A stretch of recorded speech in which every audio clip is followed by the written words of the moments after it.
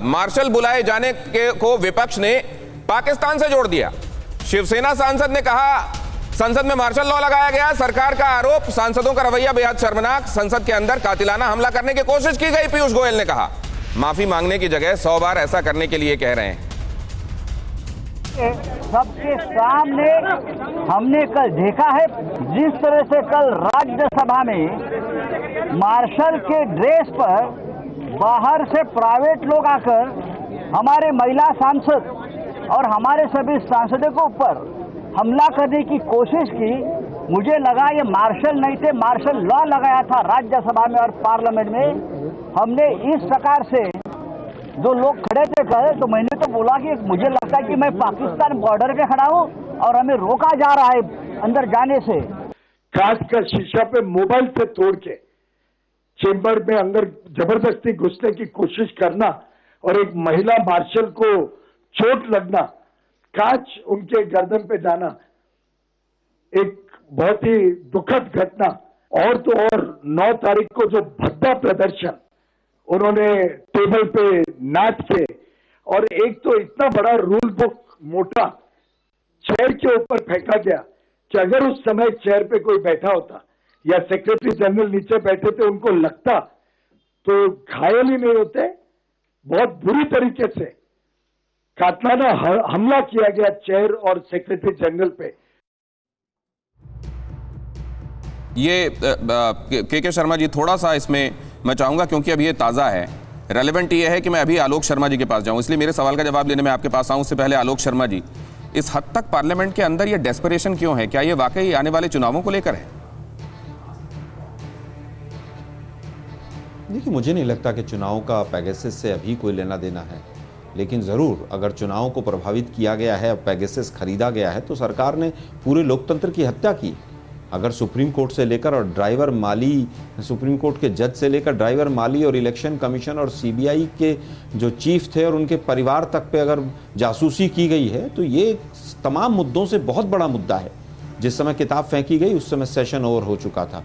Rule book symbolic फेंकी गई और इसलिए फेंकी गई कि किसी भी रूल का पालन नहीं हो रहा है। वोट डिवीज़न मांगे, वोट डिवीज़न नहीं मिलता, माइक बंद हो जाता है, गुंडों को संसद में बुलाकर आप सांसदों को पिटवा रहे हैं, आप किस तरह से पार्लियामेंट्री कमेटीज़ की मीटिंग्स को आगे कर रहे हैं। और बिल्कुल इन्होंने सही कहा के शर्मा जी ने, बड़े भाई हैं मेरे ये, इन्होंने कहा चोरी और सीना चोरी मोदी सरकार वही कर रही है। पेगासस खरीदेंगे, ये भी नहीं बताएंगे कि खरीदा है कि नहीं खरीदा है। होम मिनिस्टर और प्राइम मिनिस्टर दोनों नहीं पार्लियामेंट में आएंगे, एक सवाल छोटे से का जवाब नहीं देंगे। संसद में 200 करोड़ रुपया खर्च हो जाए उसके लिए कोई प्रयास नहीं करेंगे, और ऊपर से घड़ियाली आंसुओं के ऊपर खबर बनेगी। मुझे लगता है बहुत दुर्भाग्यपूर्ण है। अभी इन्होंने कहा सभापति पर हमला हुआ, आपसे क्लैरिटी और चाहता हूं आलोक शर्मा जी, कोई सभापति पर हमला नहीं हुआ, झूठ नहीं बोले। एक में कातिलाना कहा गया, नवनीत राणा जी लोकसभा की सांसद हैं, वो कातिलाना कहा गया बयान, वो नहीं, वो तो कहने को तो बीजेपी कुछ भी कह देती, बीजेपी तो कुछ भी कह देगी। वो तो कह रहे थे हाथरस में 100 करोड़ रुपए आ गए हैं दंगे भड़काने के लिए, हो सकता है कुछ जो है TV9 भारतवर्ष को भी मिले होंगे। मुझे नहीं लगता कि झूठ के कहीं पैर होते हैं। आज की न्यूज़ हेडलाइन बनाओ, भाग जाओ, ये सरकार है पूरी तरह से। आलोक शर्मा जी, क्या था ये समझाएंगे आप? नहीं, तमाम मीडिया, दिनेश जी, नहीं, पहले आप अगर आप इसको आगे ले जाना चाहते हैं तो आप प्लीज इसको यहाँ पर क्लियर कीजिए, करेक्ट कीजिए, तब चर्चा आगे बढ़ेगी। मैं क्लियर कर रहा हूँ, हाँ कीजिए, मैं करेक्ट कर रहा हूँ। तमाम मीडिया चैनल्स ने ब्रेकिंग न्यूज चलाई थी। कहां से ब्रेकिंग न्यूज थी भाई? वो आपको एतराज होता है सरकार से, लेकिन आप सदन में चले जाते हैं भड़काने के लिए, रूल बुक फेंकने के लिए, और कहते हैं ये कातिलाना नहीं था। आपको एतराज है कि न्यूज चैनल्स में खबर क्यों चली, लेकिन आप न्यूज चैनल में आते हैं एक अनर्गल आरोप। मैं अगर अभी आपसे कह दूं कि आप साबित कीजिए इसको कि कहां पैसे मिले, आप निकालिए वो ट्रेल।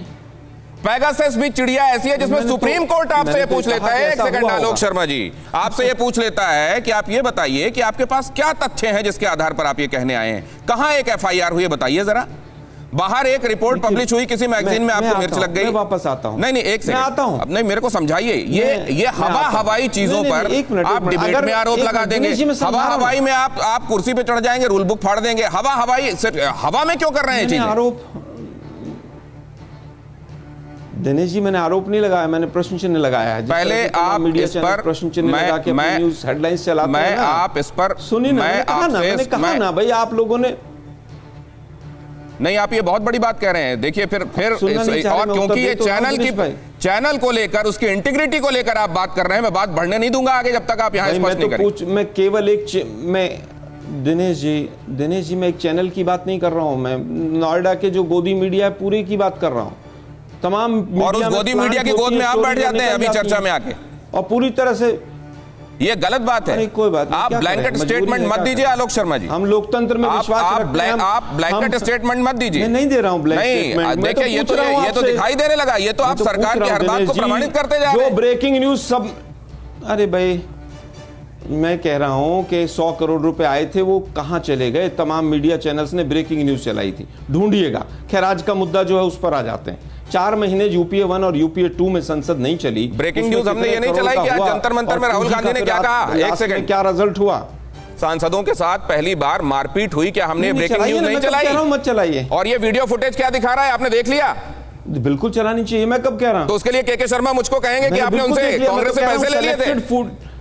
सेलेक्टेड नहीं, इस तरीके की बातें मत कीजिएगा प्लीज। फुटेज है, जिम्मेदारी के साथ बात कीजिए। पूरी राज्यसभा की कार्रवाई को, एक मिनट सर, दिनेश जी मैं जिम्मेदारी से बैठता हूं। आप मुझे जानते हैं, मुझे 10 साल से जानते हैं। मैं जो बोलता हूं जिम्मेदारी से बोलता हूं, इसलिए तो हैरानी हो रही है, वरना मैंने आपको यूरो का लगा के बोलते हैं, मैं भी वैसे ही बोलता हूं। नहीं दिनेश जी, मैं भी क्वेश्चन मार्क लगा के बोलना सीख गया आप लोगों से। मुद्दे की बात है कि बिहार के अंदर जरा आप टीवी9 भारतवर्ष में चली हुई खबर निकालिएगा जिसमें क्वेश्चन मार्क लगाकर किसी एक ऐसी खबर को जो कौवा कान ले गया की तर्ज पर हो और हमने चलाया हो, आप निकाल के बताइएगा जरा एक उदाहरण। मैं अपनी जिम्मेदारी ले सकता हूं। मैंने तो पूरा गोदी मीडिया की बात की और तमाम पूरा गोदी मीडिया, मतलब आप क्या कहना चाह रहे हैं? कौन कौन है गोदी मीडिया? नाम लीजिए गोदी मीडिया। बात मान सकता हूं, नाम लीजिए गोदी मीडिया का आप आलोक जी।